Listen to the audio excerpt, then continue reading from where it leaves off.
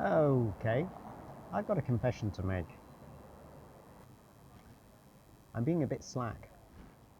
Should have got up early this morning to start my one full day walking around Riga.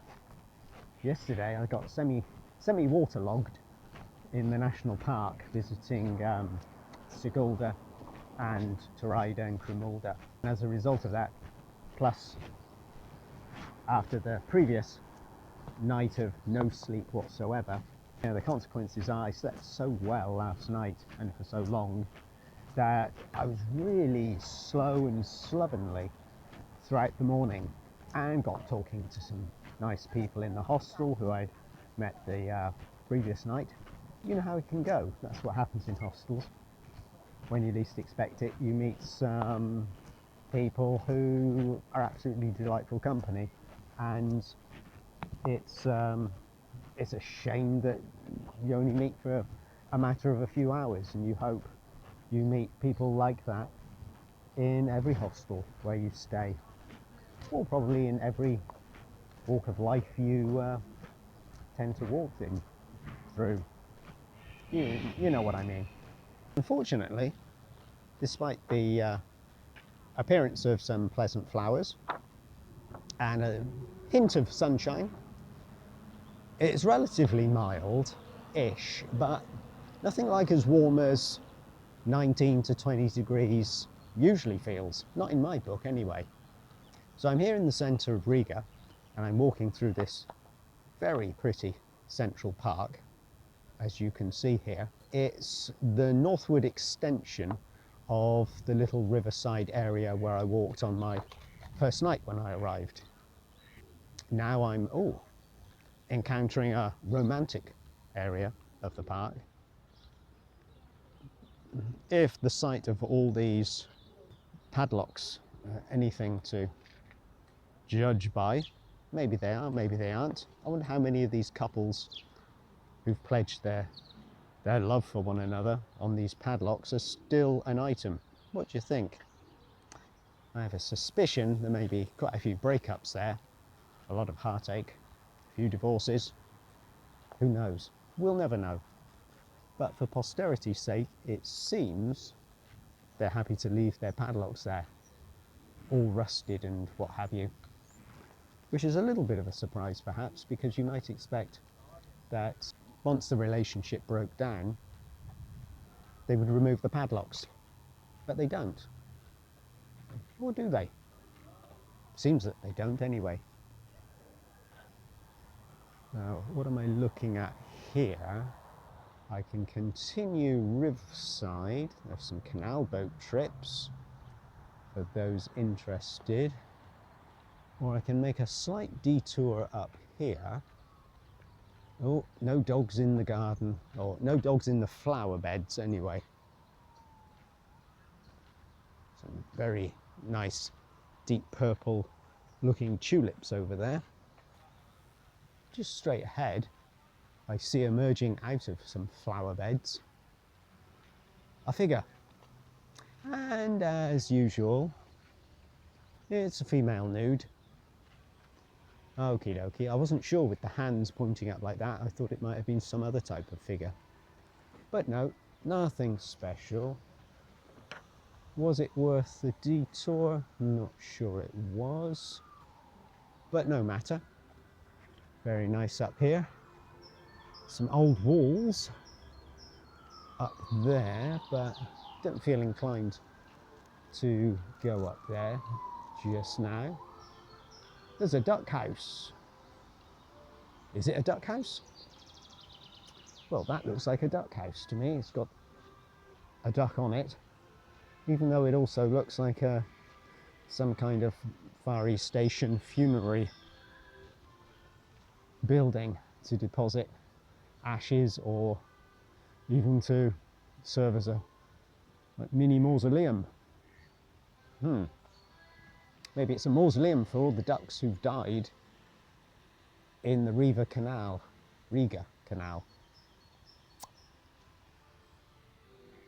Okay, one of those convenient grab a cup of Lavazza coffee machines. What are the prices like? a ristretto will cost you €2. In fact, everything's €2, apart from an empty cup, which is 20 cents. Hot chocolate. Well, with the slight nip in the air, hot chocolate isn't necessarily the worst idea in the world. But I do mean to try and focus on where I'm going and on my walkabout. So I've got a map which is very convenient.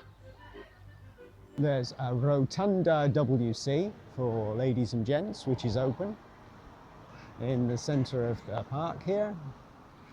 Very convenient, that's what we like.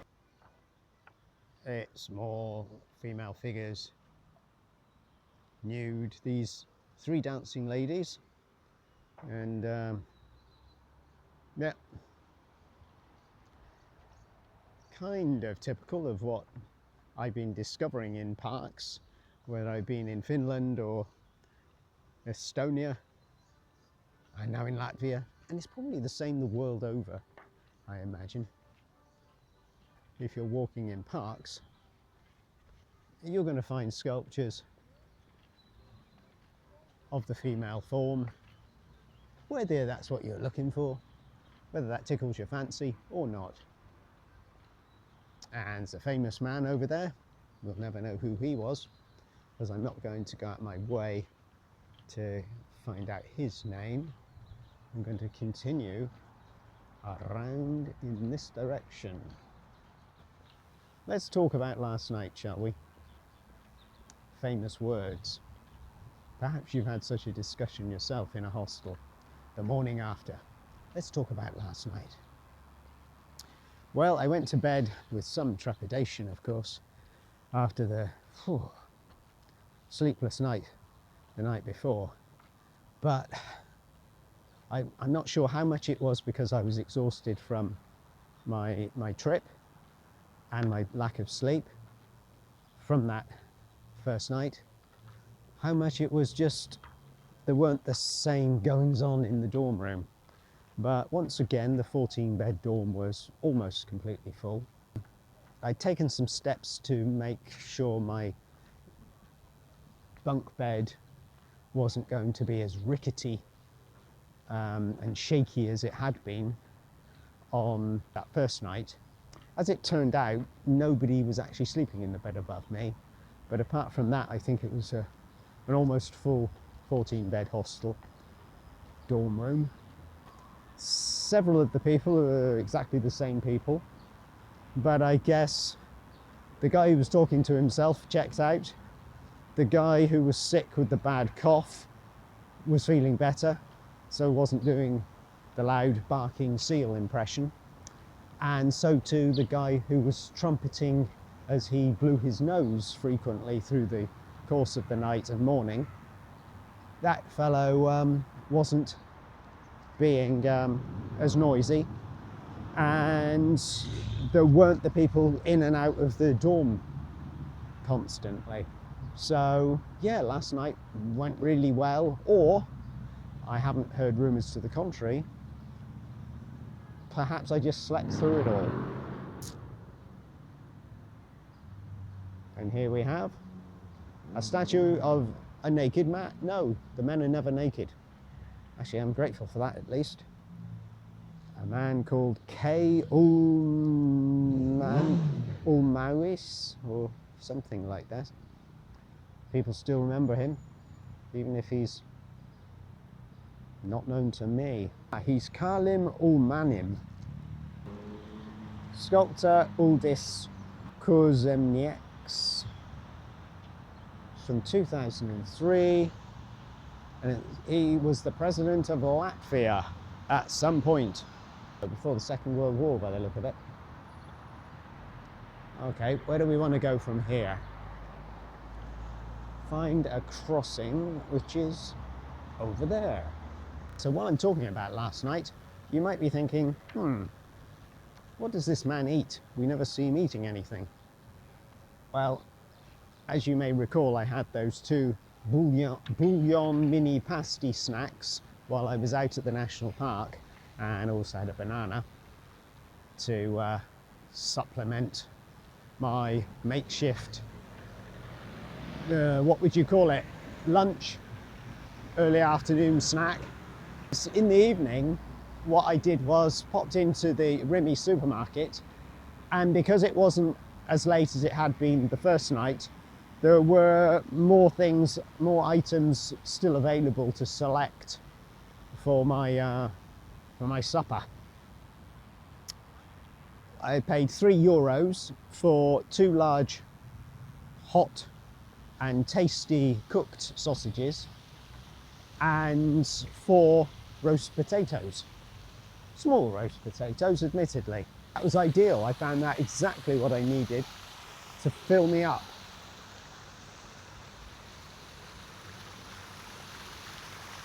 What's going on here? I wonder.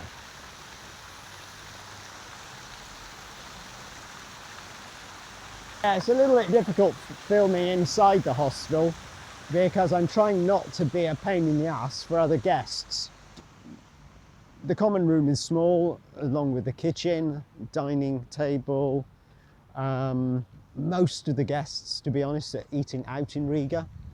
So I guess I am hearing quite a few voices from places such as England and America declaring, oh, it's so cheap, everything's so cheap. As they've always said, you know, I'm a frugal man of limited means financially, and therefore I'd rather either cook my own stuff in the kitchen or buy already cooked, prepared food from the hot food counter where one exists in the local supermarket, rather than eat out in restaurants. So yeah, for me, my €3 supper probably is a little bit more than I typically would spend on my supper, but I'm sure other people would be spending quite a bit more on their restaurant meal.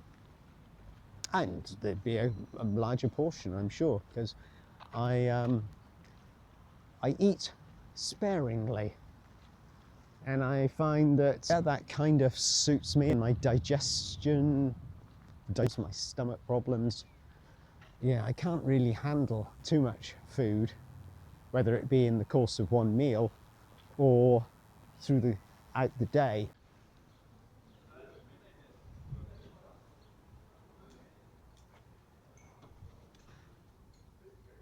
Here we are then, Art Nouveau Central in Riga. We're on Strelnieku Street, Strelnieku Aiela in Latvian. And here's a man called George Armistead, who was the mayor of the city of Riga, and we encountered this man's name recently, the other day, didn't we?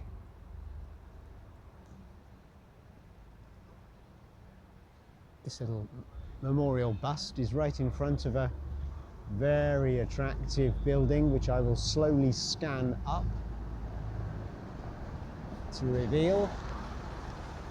As best I can, I will try and capture the rich ornamentation.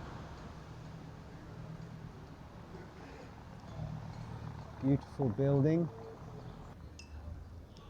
It's an absolute gorgeous building.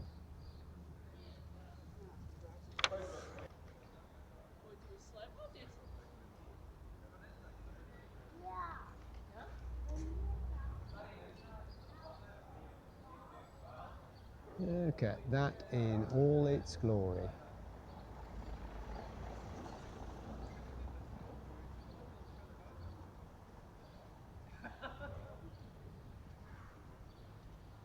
This is a real Art Nouveau treasure, isn't it? Yeah, this is a building which just keeps on giving, as the saying goes.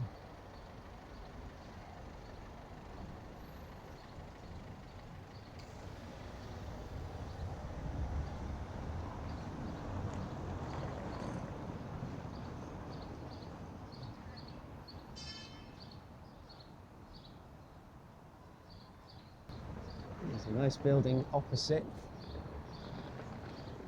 but it really almost pales into insignificance compared to this absolutely stunning creation. Wow.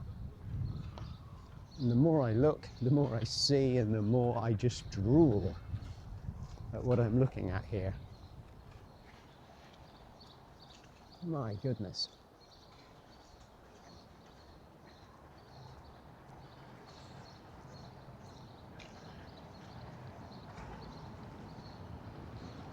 Some people might think, oh yeah, I've been through Czech Republic, or I've been through Ljubljana, or parts of Brussels in Belgium. Yeah, I've had enough of this style of architecture. But I, for one, can't get enough. And my word, it's just so vast, I can't capture it all with the camera.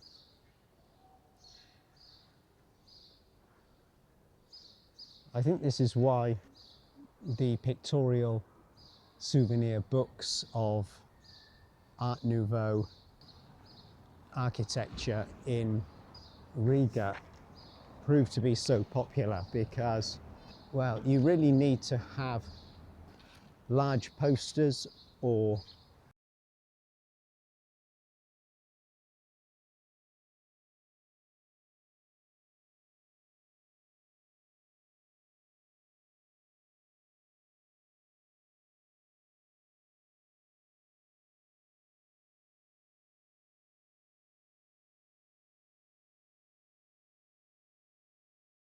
sudden impact of, wow, this is incredible, how very, very pretty.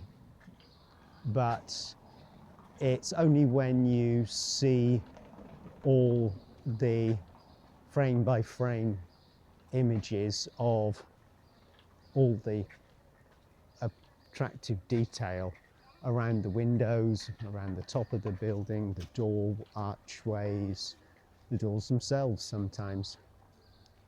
It's only then that you can really focus on, oh, there's the lion's head, oh, there are the theatrical ladies' faces, all the scary, almost Green Man face images.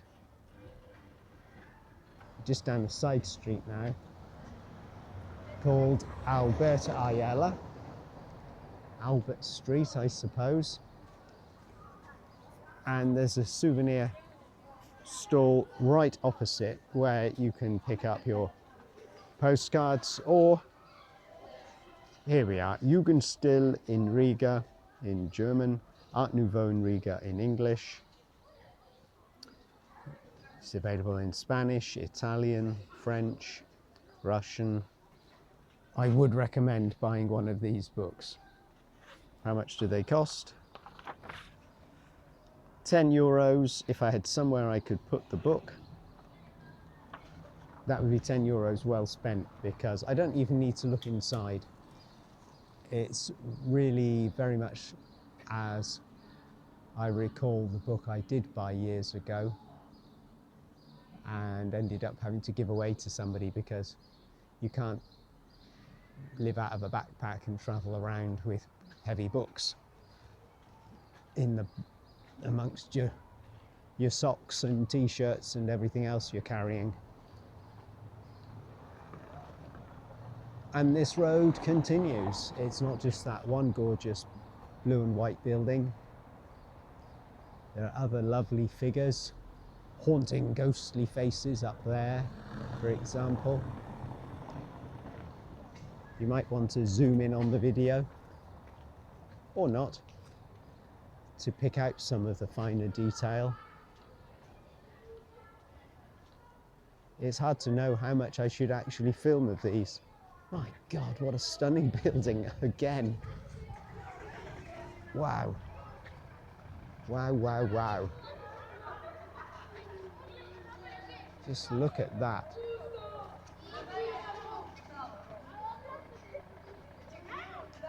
Absolutely incredible.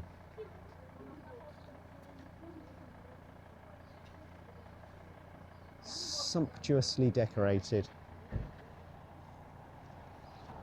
It says art plate on a plaque outside. I don't know if that's a new business connected with the absolutely stunning decoration on the exterior of this building.